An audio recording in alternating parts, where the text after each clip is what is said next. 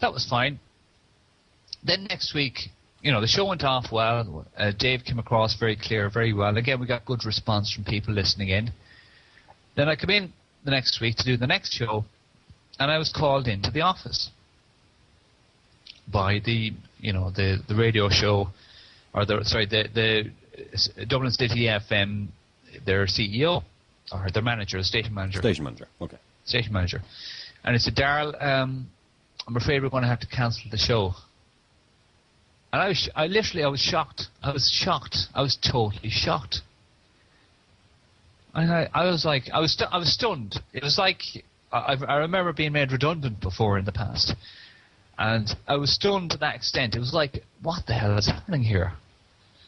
And it's not as if I was getting paid for this job or anything. I thought, well, how can I be... Yeah, it's not like they couldn't afford you. That's it. But I was just absolutely gobsmacked. I was there. So I asked him why. He said, well, we're not mavericks here, I said, what do you mean by that? He said, well, that show you put out there, you named names and you told people what was this and that and the other. And I said, well, it's all the truth. Now, I won't mention his name because, I actually like the guy as well. Oh, that's fair enough. I said, but can I ask you his demeanour when he was telling you this? Oh, he was very nervous. Right. He was sitting down and he couldn't look me in the eye. He was looking down at the paper when I asked him a question. He'd look at me and then he'd look down. He didn't want to look me in the eye. Okay? So... That's always telling, I think.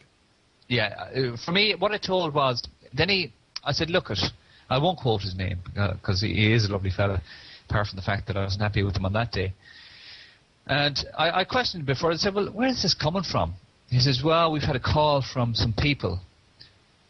And I said, who? He said, well, our board members have had a call from some people in the Dáil. He said, that's all I can say. I said, okay, I said, I know. I said, that's fine. I said, oh, I don't want to compromise you. I said, well, can we come back? I said, if you want to investigate this, can we come back on? And I wasn't pleading with him. I just said, I'd like to come back on. I said, I don't think there is much to it. He said, well, we could possibly get sued over you naming names and putting dates in and telling people. I said, well, look, it's only the truth.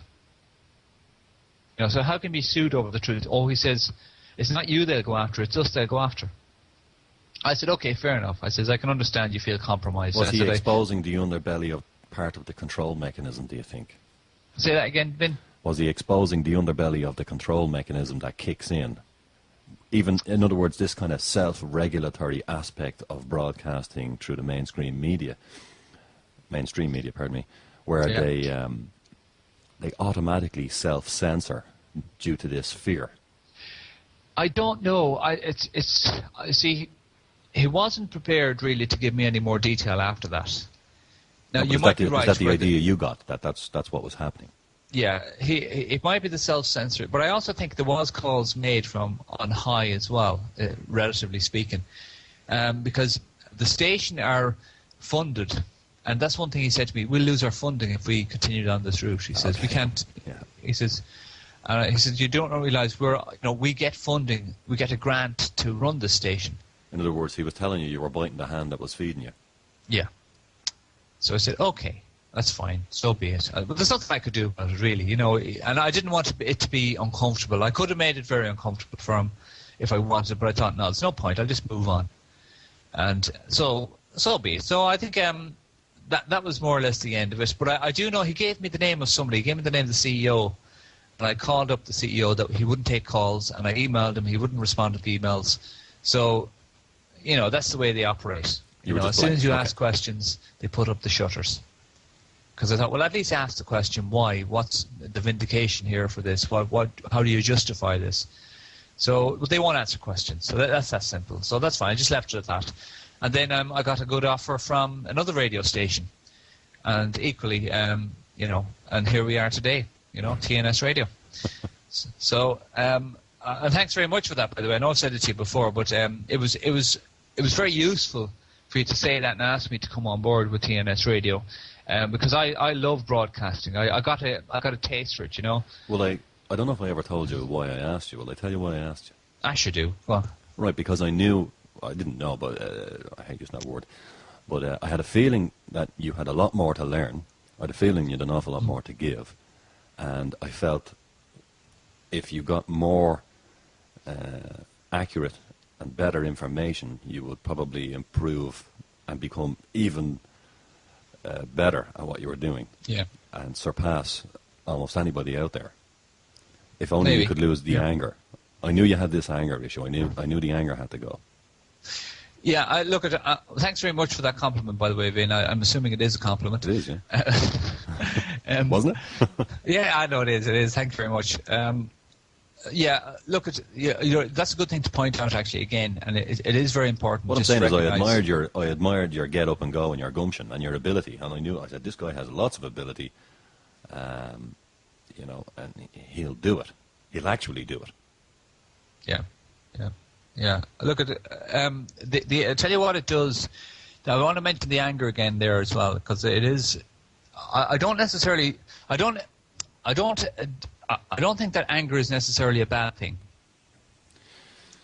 Not necessarily, but you were directing it. What I meant by that is you were directing it in the wrong place. Yes, absolutely. I have to agree there. I was all over the place with it, and I wasn't focused with it. And I think once in a while, actually, it does your soul good. Well, it's like anger, ego, all these things. They exist within us for a reason. We have these abilities and capabilities and capacities. Once we learn to control them, that's the important part. Yeah. Well, not to the point where you're totally always under control, because that itself creates internal pressures. Absolutely. You have to. It swings in. There's ebb and flow. Yeah. But again, directing it, if you have a bit of anger, know where to direct it and how to direct it. But you learn that by, I think most people learn that by trial and error. And hopefully they don't harm themselves in the meantime, getting to the point where they know how to control and use their anger in a positive way. So that's the problem, you see. You can get into trouble with your anger, and it can lead to all sorts of other problems. But anyway, look, that's the side. But it is a good thing just to keep a toe on. And I like people like yourself and other friends of mine to say, look at Darrel here. Hold your horses there a little bit. You've gone off here on one. And but I don't make any excuses for it. I'm wrong sometimes to do it, and sometimes I feel very vindicated and very right about doing certain things in terms of anger, although I've learned to control it a lot more. So here we are then. So Vin, you kindly offered me a little slot there on TNS Radio. And I don't know if I jumped at it. I think I did consider it for a couple of weeks because I wanted to sort of figure out in my own head what I could offer TNS Radio in terms of what I could put together. And well, I knew we were going to have to go through an awful lot of conversation time to kind of get you, not up to speed as such, that's the wrong way of looking at it, I suppose, but to get you to a point where at least you had some of the questions that I had in my head in your head too. Yeah. I'm not sure if it worked yet, but sure, we keep trying. We're getting there, I think. We're still here anyway. We're still here, yeah. Right, so that's how we sort of came to be on TNS Radio with the Financial Frontline. So the Financial Frontline sort of emanated from Dublin City FM. Thanks very much, Dublin City FM, if you're listening in. And they will locally, be. What? They will. They will be. Oh, they will, yeah. They'll hear this, of course they will, because we keep mentioning Dublin City FM. We put it in the links. Exactly. So, no, I am grateful of those experiences, because without all the previous experiences I have had, I wouldn't be here today. It's that simple. And I'm glad to be here today, I have to say. Very happy to be here. I'm actually I'm very settled in myself, and I'm not stress-free. I don't think anybody is ever fully stress-free. But certainly the stress levels have rapidly and massively depreciated. There isn't the same sort of stress levels as there used to be. And is that because you're actually doing something, Darrel, do you think? Instead of just sitting there wondering, what the hell am I going to do? Yeah, it's a very good point to make, actually. And I'll refer back now to some of the material that's in the book, bankofireland.me. All through this time, I was getting letter after letter after letter from the banks. Now, I learned to respond in terms of writing a legal question to them in the context of writing those 3 very simple letters. But one thing that really psychologically helped me stay focused on this was that I learned then that you don't even have to actually open letters. I think that was true yourself. And yeah, I'd say it was true yourself that I learned that. Why open something if it's going to psychologically eat you or affect you in a negative way. Yeah, so it contains a toxic meme, most likely. As you say, there's spells. They use spellings, and there's spells in there, and they're designed in their nature over many millennia to basically know how to push your buttons and affect you. So if you don't open the envelope, and most people can guess what's in envelopes, if you don't open the envelope, you've never seen sight of the spell. Well, I often equate it to these strange emails that arrive in your box. If you click it, most likely you're going to get a virus. So why click it? Why open it?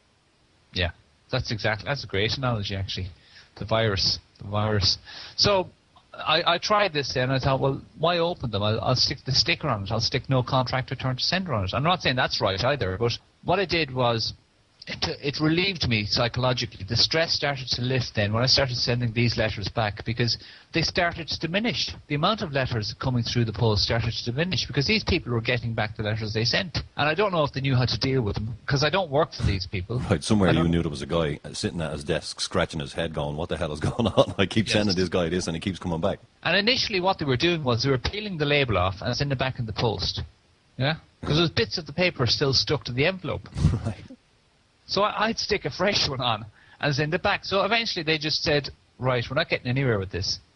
And they slowly stopped sending statements, terms and conditions, what other stuff was there? Demands, threats, so on and so forth. So that to me psychologically was, the simple things are so good.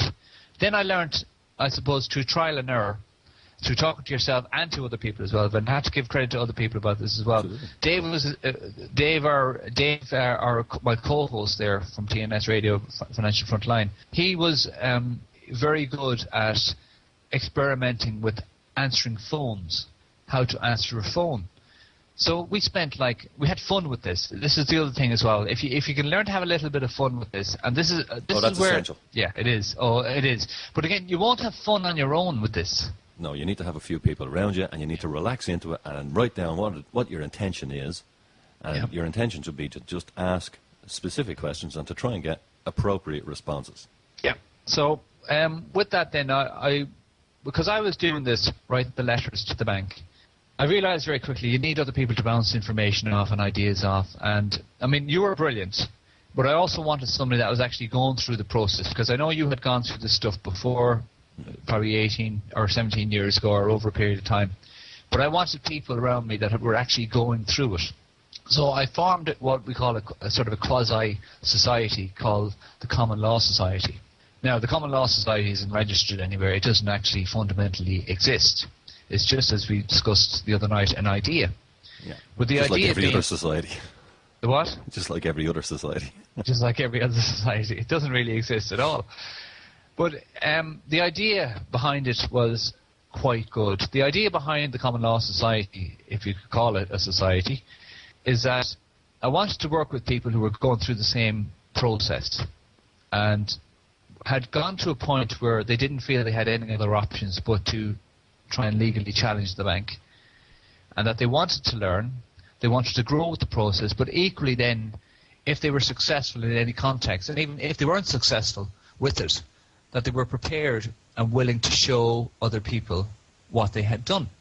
So every man or woman that is involved with the Common Law Society or an associate, whatever you want to call it, their remit is basically to go through the process and work with other people that are going through the process, and then to teach what they learn. Okay? Mm-hmm. And there's a lot of those people out there now. I don't know how many exactly. I'd have to do a head count, but I reckon at the moment there's probably, in Ireland alone, there's probably in the region of 2,000 people